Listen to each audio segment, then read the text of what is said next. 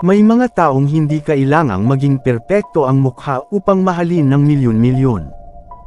May mga taong sa unang tingin pa lamang ay mapapangiti ka na. Ngunit sa likod ng bawat halakhak, may mga luhang hindi kailanman nakita ng publiko. Paano nga ba nagawang maging isa sa pinakamalaking komedyante ng Pilipinas, ng isang lalaking payat, halos walang ngipin, at malayong-malayo sa karaniwang itsura ng isang bida sa pelikula? Ano ang naging sikreto ni Rene Recuestas upang mapatawa ang buong bansa? At bakit sa kabila ng napakalaking kasikatan, napakaikli lamang ng kanyang naging buhay? Ito ang tunay na kwento ni Rene Recuestas. Isang lalaking ipinanganak na walang kasiguruhan sa buhay, ngunit naging isa sa pinakatumatak na komedyante sa kasaysayan ng Philippine showbiz.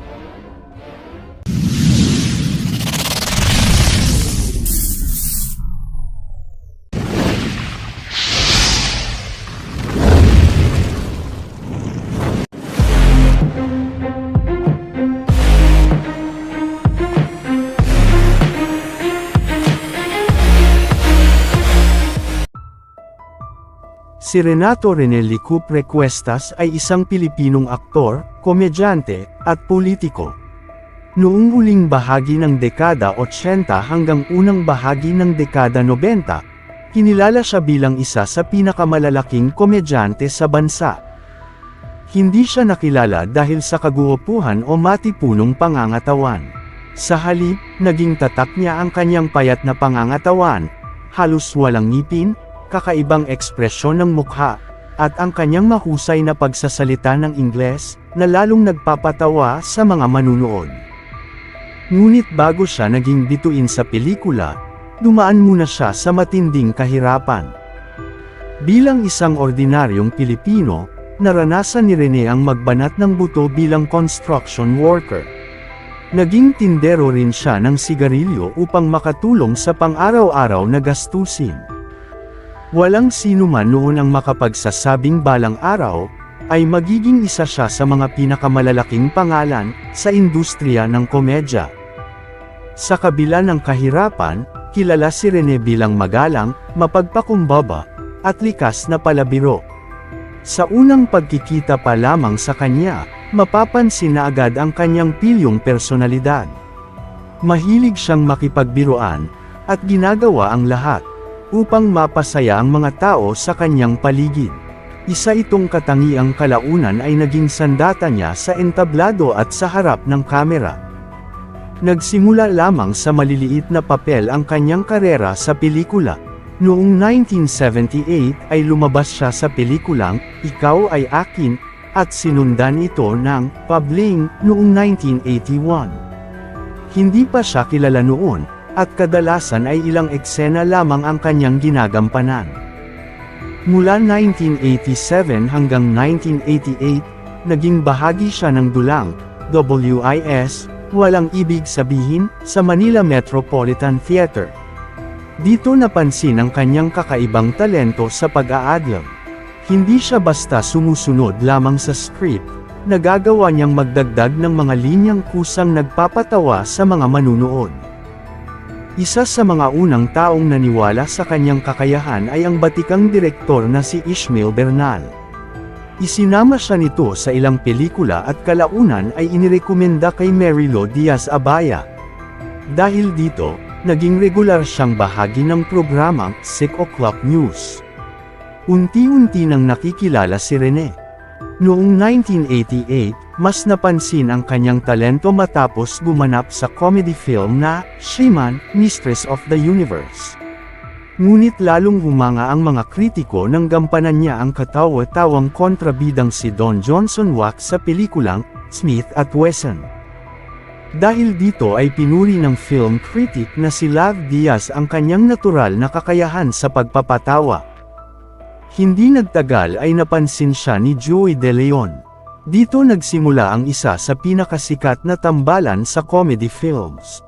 Naging sidekick siya ni Joey sa pelikulang Starzan, kung saan isinilang ang hindi malilimutang karakter niyang Chieta E. Ang simpleng ekspresyon at kakaibang delivery ng kanyang mga linya, ay naging bahagi na ng pop culture noong panahong iyon. Ngunit mas lalo pang sumikat si Rene nang ipares siya ng Viva Films kay Kris Aquino. Isang mahirap na lalaki at isang mayamang babae ang kanilang madalas na karakter sa serye ng Pido Dida. Ang malaking pagkakaiba ng kanilang estado sa buhay ang lalong nagpasaya sa mga manunood. Naging isa ito sa pinakamatagumpay na comedy romance franchise ng dekada 90. Hindi lamang komedya ang kanyang ipinakita. Ayon sa mga taong nakatrabaho niya, napakaganda ng kanyang comic timing. Marunong siyang maghintay ng tamang sandali bago bumitaw ng punchline. Minsan pa nga, tinatanggal niya ang kanyang pustiso upang mas lalong maging nakakatawa ang eksena. Ayon naman kay Maricel Soriano, na nakasama niya sa pelikulang Leon at Tigre, iba si Rene kumpara sa ibang leading men sa comedy. Tahimik lamang siya kapag wala sa harap ng kamera, at madalas ay nag-iisa lamang sa set. Sa likod ng kanyang pagpapatawa ay isang lalaking seryoso pagdating sa pamilya. Minsan niyang sinabi na ginagawa niya ang halos lahat ng kanyang pelikula para sa kanyang ina. Matanda na raw ito, at nais niyang matiyak na hindi na nito mararanasan pang maghirap habang nabubuhay. Noong 1989, nagpahayag si Rene ng hangarin na makapag-aral sa kolehiyo. Hindi lamang ito para sa kanyang sarili, kundi upang maging mabuting halimbawa sa kanyang mga kapatid. Sa taon ding iyon ay gumawa siya ng isang napakahalagang desisyon. Inampun niya ang isang sanggol, na ipinanganak noong 11 ng Nobyembre, 1989. Ang bata ay anak ng kanyang malalayong kamag-anak na nahihirapan ng buhayin ang marami nilang anak. Pinangalanan niya itong Darren Chrisney, pinagsamang pangalan nila ni Kris Aquino, bilang simbolo ng espesyal na yugto ng kanyang buhay at karera. Noong 1991, lalo pang kinilala ang kanyang tagumpay ng tanghaling box office king sa GMMSF Box Office Entertainment Awards, dahil sa napakalaking tagumpay ng Pido Dida, Sabay Tayo. Ngunit habang lumalaki ang kanyang kasikatan, nagsimula ring lumabas ang ilang usap-usapan. May mga nagsasabing baka raw nagbago na siya dahil sa tagumpay at sumikat na ng husto. Gayunman, ayon sa mga taong matagal na niyang nakasama, nanatili pa rin siyang magalang at may paggalang sa kanyang mga naging mentor. Hindi rin lumitaw ang matitibay na ebidensyang nagpapatunay sa mga alegasyong iyon. Sa panahong iyon, isa pang hamon ang kanyang kinakaharap. Hindi lingid sa publiko na malakas siyang manigarilyo at uminom ng alak. Bagamat bahagi ito ng kanyang personal na buhay, kalaunan ay nagkaroon ito ng malaking epekto sa kanyang kalusugan. Sa gitna ng kanyang kasikatan, pinasok din niya ang mundo ng politika. Noong 1991, ay naghain siya ng kandidatura bilang konsehal ng ikalawang distrito ng Taguig, sa ilalim ng Laban ng Demokratikong Pilipino o LDP. Sa halalan noong 1992, nagtagumpay siya at pumangalawa sa 46 na kandidato, matapos makakuha ng mahigit 20,000 boto. Noong ika-6 ng Hulyo, 1992, nanumpa siya bilang konsehal ng Taguig.